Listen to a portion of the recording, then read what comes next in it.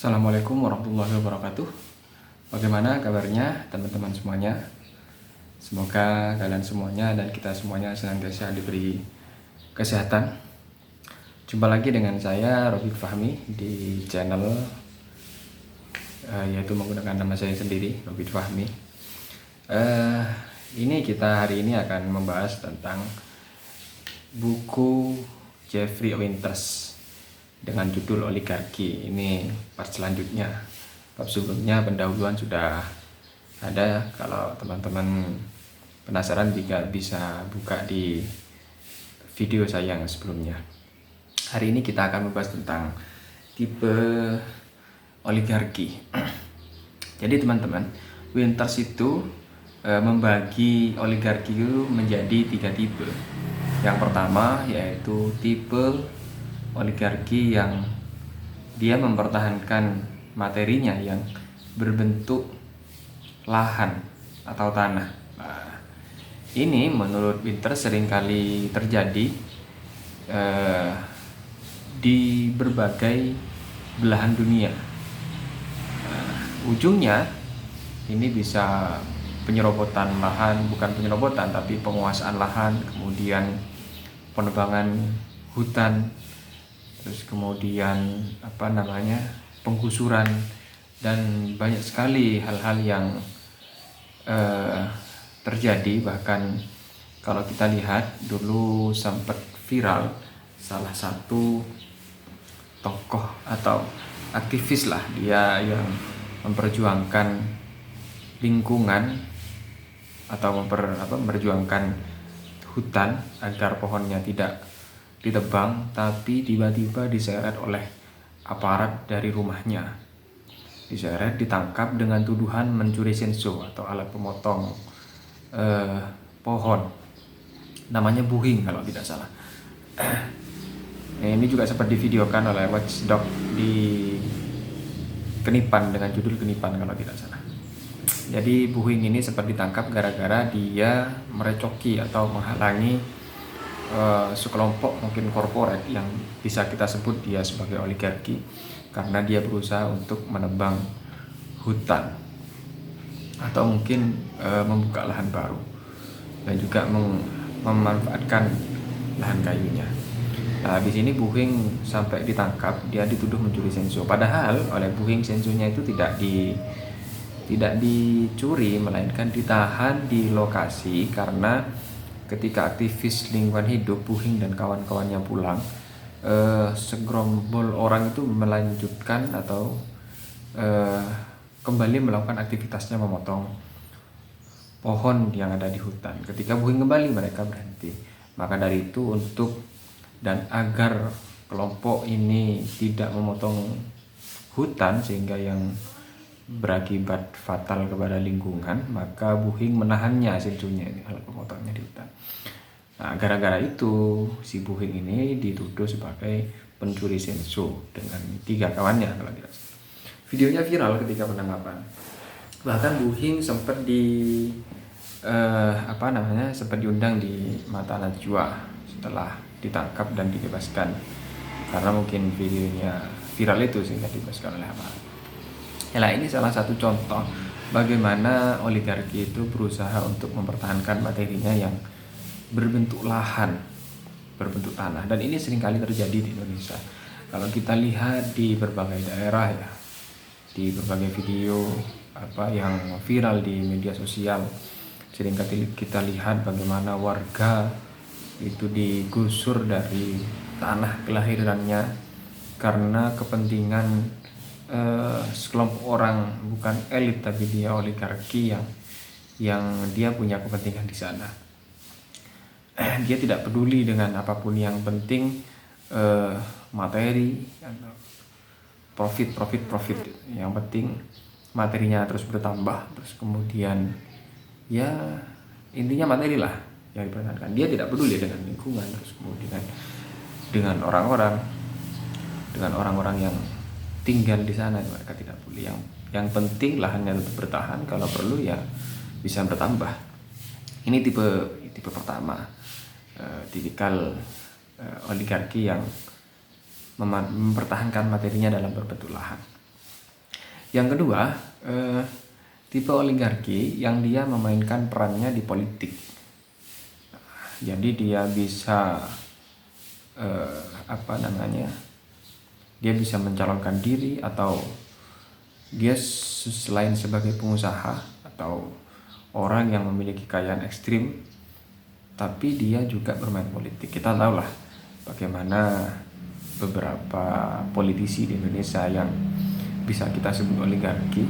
Karena kenapa? Dia selain sebagai penguasa di bidang media, terus kemudian kekayaannya yang berlimpah, dia juga berusaha untuk mempertahankan kekayaannya dengan menjadi politisi, mendirikan partai politik, terus kemudian mencalonkan calon untuk dijadikan penguasa. Ini salah satu contoh. Bahkan bukan hanya di politik semacam itu. Jadi oligarki itu juga bisa menggerakkan, memobilisasi massa. Nah, kita tahu menurut Winters ini di Malaysia kalau tidak salah, ada sekelompok masyarakat atau kelompok massa yang mereka mengenakan kaos berwarna kuning, mereka yang sepakat agar negara menerapkan sistem demokrasi. Dan ada lagi kelompok yang memakai kaos warna merah, mereka yang tidak setuju dengan demokrasi. Nah, dua kelompok ini ternyata, katanya Winters, setelah diinvestigasi, mereka tidak murni atas inisiatif dari bawah. Jadi memang atas inisiatif mereka, tapi ada sekelompok oligarki yang berada di belakangnya yang mereka mendanai atau mendesain agar chaos dan sebagainya.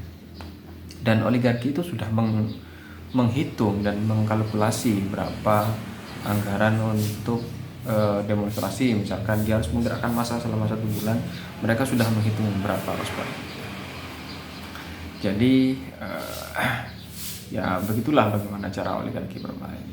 Dan mereka tidak berada di depan, tapi mereka berada di belakang layar.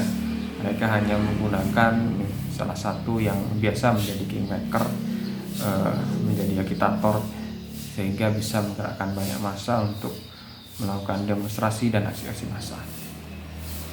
Dan tipe yang ketiga menurut Winters ini adalah tipe oligarki yang cenderung lebih lunak dan mudah dijinakkan. Tapi saya tidak menemukan contoh yang seperti apa tipe oligarki yang mereka bisa dijinakkan. Sebab di bukunya Winters ini tidak diberikan contoh seperti apa. Nah, itu tiga tipe oligarki yang mungkin teman-teman bisa pahami. Lantas bagaimana cara melawan mereka? Di sini Winters mencontohkan masyarakat harus bisa mengkonsolidir diri atau berkelompok, membuat milisi dan sebagainya. Winters mencontohkan misalkan di Brazil ketika oligarki itu ingin menguasai lahan atau tanah mereka sehingga melakukan penggusuran, masyarakat atau rakyat itu mempersenjatai diri, mereka membentuk milisi dan melakukan perlawanan. Nah, ini mungkin bisa kita jadikan contoh, semisal kita harus diusir dari tanah kelahiran kita karena atas dasar misalkan banyak sekali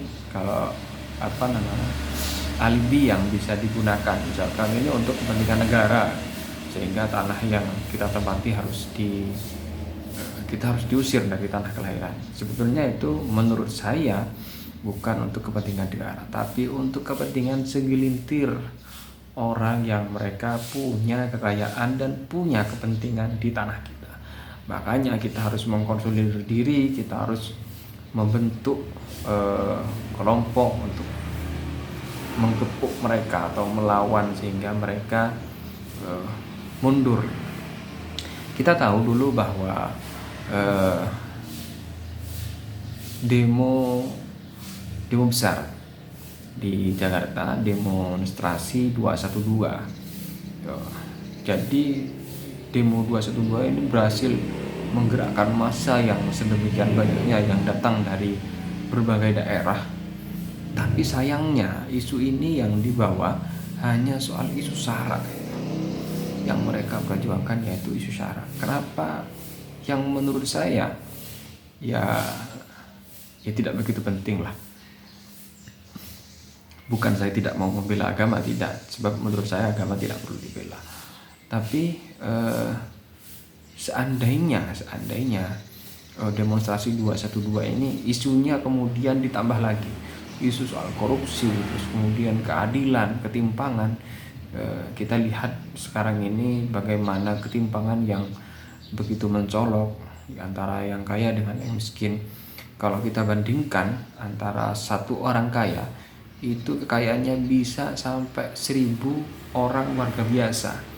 Nah, ini ketimpangannya kan luar biasa. Bagaimana kemudian isu itu bisa menyusup di demonstrasi 212? Mungkin itu lebih keren, lebih cantik. Terus kemudian isu penggusuran dan lain sebagainya itu bisa dimasukkan dan bisa menuntut rezim kala itu, misalkan Pak Jokowi, agar tidak hanya menyelesaikan, tapi bagaimana ketimpangan ini segera